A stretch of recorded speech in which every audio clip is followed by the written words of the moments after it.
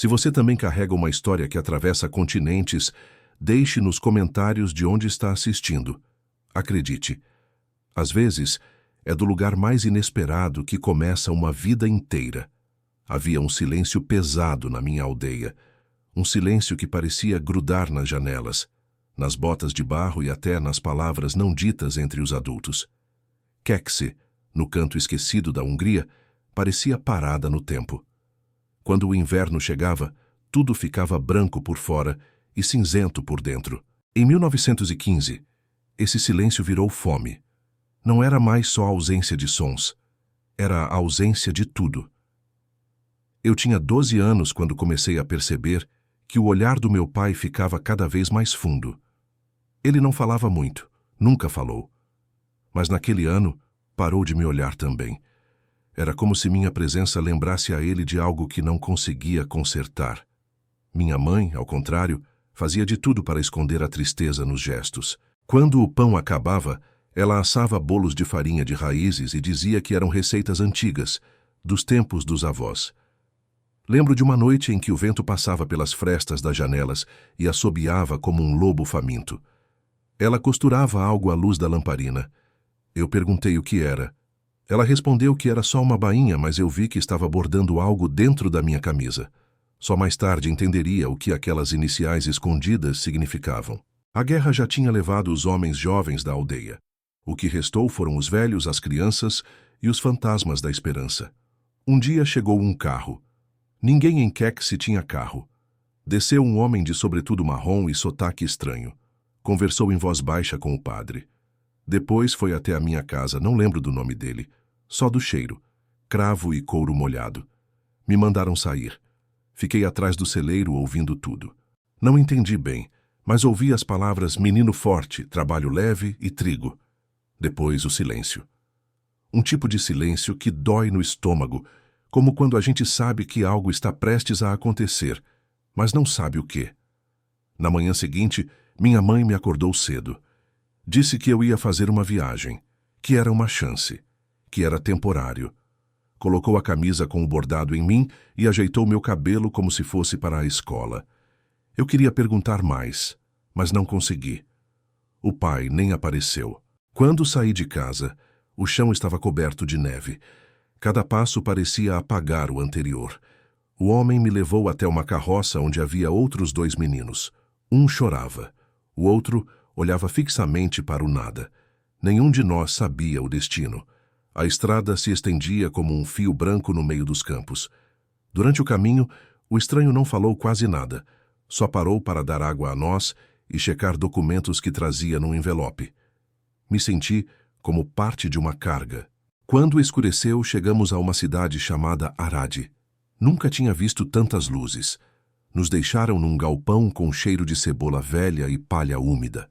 Um homem veio, examinou cada um de nós como quem escolhe bois para o abate. Disseram que íamos servir famílias importantes. Mas o que me assustou mesmo foi ver que uma menina sumiu durante a madrugada. Ninguém falou nada. No terceiro dia, fomos levados até um trem de carga. Fui separado dos outros. O homem que me acompanhava me entregou a outro, que falava em romeno e só apontava com a cabeça. Entramos num vagão escuro, junto com sacas e caixas. Eu tremia de frio e medo, mas algo dentro de mim dizia que aquele era só o começo. Algo muito maior, muito mais escuro estava vindo. Naquela noite, senti a falta da minha mãe como uma faca cravada no peito. Tentei lembrar da canção que ela cantava baixinho quando os trovões assustavam os porcos, mas não conseguia lembrar da melodia. Só da dor. Dormi abraçado ao próprio corpo, tentando manter quente o que ainda restava de mim. Nos dias seguintes, fui levado por trilhas e transportes diferentes, com homens de rostos duros e vozes em línguas que eu não compreendia. Em algum ponto, me dei conta. Eu não ia voltar. Ninguém me esperava, e eu não sabia se ainda era eu. O navio era cinzento por fora e podre por dentro. Carregava tudo, menos esperança. Havia cheiro de mofo, sal e carne apodrecida no porão onde nos jogaram. Não sabíamos para onde íamos nem quanto tempo duraria. Só nos mandaram ficar calados. O barulho das correntes batendo no casco era o único som que nos dizia que ainda estávamos em movimento. Durante os primeiros dias, um dos meninos que veio comigo adoeceu. Tinha febre, tremia e ninguém sabia o que fazer. Um dos guardas jogou um balde de água fria nele e disse para pararmos de reclamar. Na manhã seguinte, ele não se mexia mais. Os homens tiraram seu corpo como se fosse um saco de lixo. Hilmar o engoliu sem cerimônia. Ninguém chorou. Estávamos todos congelados por dentro. Eu contava o tempo pelos momentos em que recebíamos comida. Uma espécie de caldo aguado, pedaços de pão duro. Às vezes vinham frutas podres. Algumas meninas foram levadas à força durante a madrugada e nunca mais voltaram. Aquilo me ensinou que havia formas de morrer muito antes da morte chegar. Aos 13 anos, eu já sabia que não havia piedade no mundo dos adultos. Quando finalmente desembarcamos, me disseram que estávamos em Buenos Aires. O porto era barulhento, sujo e cheio de homens gritando ordens. Me separaram de novo. Um senhor de chapéu preto com cheiro de charuto me pegou pela gola e me jogou na carroça como se fosse um saco de batatas. Fiquei ali olhando o céu, tentando lembrar da cor dos olhos da minha mãe. Durante a noite consegui fugir. Não foi um plano. Apenas vi uma oportunidade. O portão estava encostado. Corri sem olhar para trás. Passei por ruas que fediam a peixe e cerveja barata. Me escondi num beco até o amanhecer. Depois segui os trilhos do trem, sem saber para onde levavam. Era como se os trilhos fossem a única linha reta que eu podia seguir. Passei dias caminhando, dormindo em galpões abandonados, comendo restos que encontrava em mercados. Em uma estação, vi um trem de carga prestes a partir. Pulei para dentro de um vagão cheio de feno. Me escondi ali, entre ratos e farpas. Era a primeira vez que respirava sem escutar ordens ou gritos em línguas que me feriam, como tapas no rosto. Quando acordei, o trem havia cruzado a fronteira. Um homem de uniforme me encontrou. Falava espanhol e apontava uma arma. Não entendi o que ele disse, mas levantei as mãos. Outro homem se aproximou e o convenceu a me deixar ir. Soube depois que estávamos no Brasil. Uruguaiana foi o nome que ouvi. Um nome que soou como estrangeiro, até mesmo para mim. Passei os meses seguintes dormindo embaixo de marquises, perto da estação de trem. Descobri que podia carregar malas por algumas moedas. Fazia isso calado. Os passageiros não me olhavam nos olhos. Eu era só parte da paisagem. Um menino sujo, magro demais para sua idade, com uma camisa velha e um olhar que ninguém ousava encarar por muito tempo. Fui seguindo a correnteza dos trens e caminhões até chegar a Porto Alegre. A cidade era maior do que qualquer coisa que já tinha visto, mas para mim, tudo ainda era feito de silêncio. Dormia encostado num poste perto da rodoviária, usava papelão como coberta e aprendia a roubar frutas sem ser notado. Meus pés rachavam, meus joelhos viviam esfolados. A cada dia, esquecia mais um pedaço do meu nome. Em uma noite chuvosa, vi meu reflexo numa vitrine de padaria. Mal me reconheci. Me aproximei do vidro, com as mãos sujas e a barriga roncando. Lá dentro, um senhor tirava pães quentes do forno. Quando nossos olhos se cruzaram, ele apenas balançou a cabeça em sinal de negação. Continuei andando sem olhar para trás. Era melhor assim. Quanto menos esperanças, menos decepções. Aos poucos comecei a entender o idioma dos brasileiros. Palavras que soavam arredondadas, quentes, mas nunca me chamavam pelo nome. Eu era guri, moleque, pirralho. Meu nome, aquele que minha mãe bordou, estava guardado no tecido puído da camisa que eu nunca deixava que lavassem em água quente. Era a última coisa que eu ainda sentia ser minha. Não sei quanto tempo vivi assim. Um mês? Um ano? O tempo deixa de existir quando cada dia é uma luta pela sobrevivência. Eu não tinha sonhos, não tinha planos. Só queria comer, dormir e passar despercebido.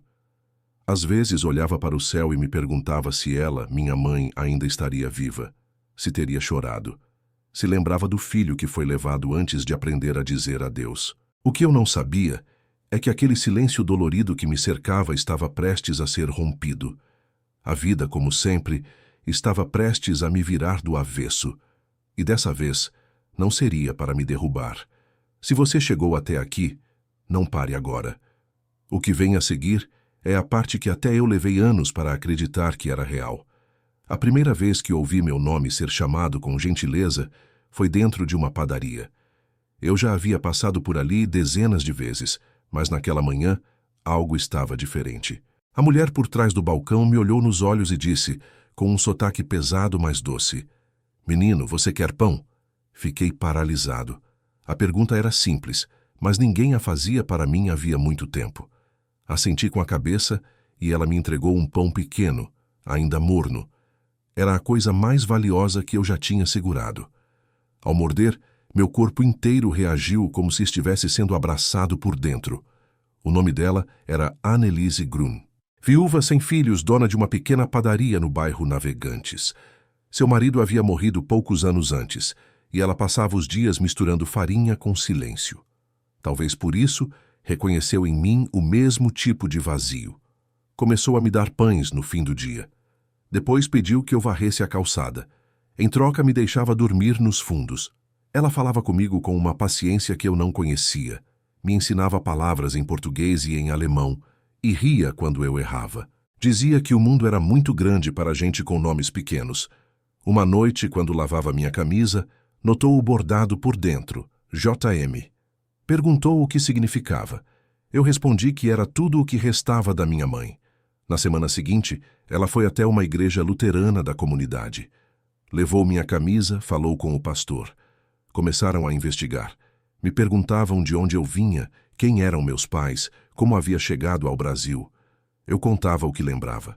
Nomes meio apagados, pedaços de cidades, cheiros. Um missionário disse que talvez fosse possível descobrir mais.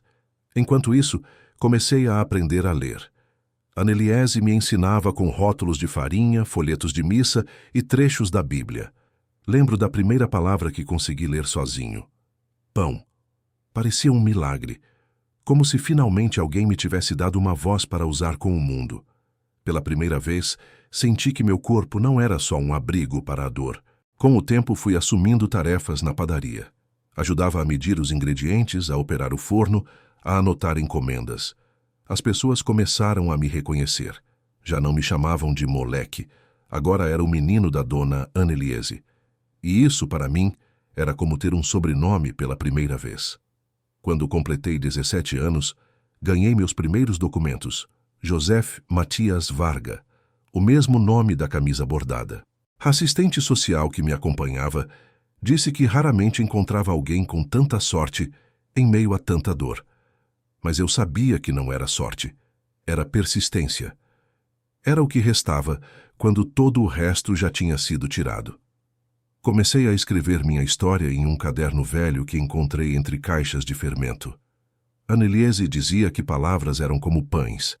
A gente sovava até doer, mas depois cresciam. Escrevi sobre Kexe, sobre o trem, o porão do navio, os dias de frio.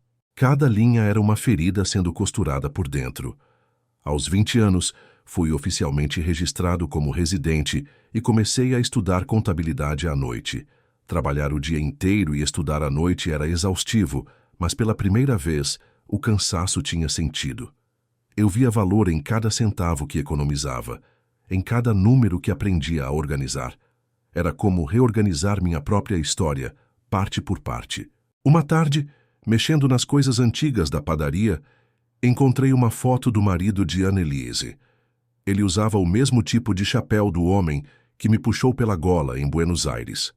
Mas não podia ser ele. Ainda assim, algo naquela imagem me deixou inquieto. Era como se os rostos de quem passou pela minha vida carregassem segredos uns dos outros. Anneliese faleceu 2 anos depois. Me deixou a padaria. No testamento escreveu: "Para aquele que me trouxe de volta o sabor da vida. Nunca chorei tanto." Mas naquela despedida havia algo diferente. Não era a dor de perder. Era a gratidão por ter tido. Pela primeira vez, entendi o que era ter alguém e ser alguém de verdade. Hoje eu ainda lembro do som da chuva batendo no telhado da padaria, das manhãs com cheiro de fermento e das conversas sussurradas entre o pão e o perdão. E foi ali, naquele pequeno balcão de madeira, que uma nova vida começou. Mas o passado ainda me observava. Se essa história está tocando o seu coração, inscreva-se no canal. Ainda há muito por vir, e o que acontece depois, nem mesmo eu estava preparado para descobrir. Anos depois de me tornar dono da padaria, uma inquietação antiga voltou a ocupar minhas noites. O caderno onde escrevi minha história permanecia incompleto. Havia páginas que ainda gritavam por respostas. Eu precisava saber o que restava da minha vida antes do navio. Precisava saber se minha mãe tinha sobrevivido àquele inverno. Comecei uma longa busca. Com a ajuda de um professor da comunidade húngara em São Leopoldo, enviei cartas a consulados, igrejas e arquivos na Europa. Durante meses, recebi apenas negativas ou silêncios. Até que um envelope, com selo de Budapeste, chegou com a resposta que eu jamais esperei encontrar. Dentro, havia uma cópia de um registro de mãe procurando o filho desaparecido. Nome: Erzsébet Varga. Filho: Joseph Matias Varga. Data: 1916. A carta dizia que ela havia enviado solicitações por décadas, acreditando que o menino ainda estivesse vivo em algum lugar da América. Meu coração não sabia se batia de alegria ou desespero. Mais investigações revelaram que minha mãe havia sido levada para Budapeste logo após minha partida. Meu pai, consumido pela culpa, havia se afogado no rio Tisa durante uma noite de inverno. Nunca deixaram claro se foi acidente ou escolha. Erzsébet se tornou costureira e nunca mais se casou. Costurava nomes nos forros das roupas que fazia, nomes que ninguém lia. Em 1948, embarquei para a Hungria com o passaporte que me custou mais tempo e esperança do que qualquer documento anterior. Ao chegar, fui direto para o endereço do asilo onde ela vivia. O edifício era cinza, úmido e coberto de musgo, mas o quarto dela tinha cheiro de lavanda e pão fresco. Quando entrei, ela me olhou sem piscar. Disse apenas: "Eu sabia que você voltaria." Mostrei a camisa bordada. Ela levou as mãos à boca, como se segurasse um grito guardado por 30 anos. Nos abraçamos em silêncio. Era o mesmo tipo de silêncio que havia em Kekse, mas agora era cheio. Cheio de lágrimas, de palavras não ditas e de tudo aquilo que o tempo não conseguiu apagar. Ficamos horas apenas sentindo que o impossível tinha acontecido. Passei semanas ao lado dela. Caminhávamos pelos corredores, como mãe e filho que jamais deixaram de ser. Ela me contou sobre os anos de espera, as noites em claro, os sonhos em que eu ainda era menino. Eu contei sobre a padaria, sobre a Neliese, sobre o Brasil. Ela ouvia como se costurasse cada detalhe no tecido invisível da saudade. Antes de voltar ao Brasil, deixei com ela uma nova camisa, bordada por mim com as mesmas iniciais. Disse que agora éramos 2 sobreviventes com marcas semelhantes e prometi que voltaria. Ela morreu no inverno seguinte, mas partiu com o nome do filho bordado no peito e a certeza de que o amor tinha resistido à distância e ao tempo. Voltei transformado. Sentia que parte de mim havia sido encontrada num continente que já não reconhecia como lar, mas que guardava a origem da minha alma. Em São Leopoldo, reabri a padaria com um novo nome: Pão de Origem. Passei a empregar filhos de imigrantes, órfãos e meninos que, como eu, haviam sido esquecidos. Criei um programa de alfabetização para jovens em situação de rua. Cada aluno recebia um caderno e uma camisa com as próprias iniciais bordadas à mão. Eu dizia que cada letra era uma raiz, que mesmo longe da terra de onde viemos, é possível florescer se alguém nos chamar pelo nome certo. Hoje, sou um velho de mãos gastas e olhos calmos. Mas carrego uma certeza que nem o tempo pode apagar. Ninguém sobrevive por acaso. Sobrevivemos por amor, mesmo quando ele parece ter desaparecido. Sobrevivemos porque alguém, em algum lugar, ainda acredita que vale a pena esperar por nós. Se você sentiu algo com essa história, clique em curtir e compartilhe com alguém que carrega suas próprias cicatrizes. Porque às vezes, tudo o que alguém precisa é saber que ainda pode ser encontrado.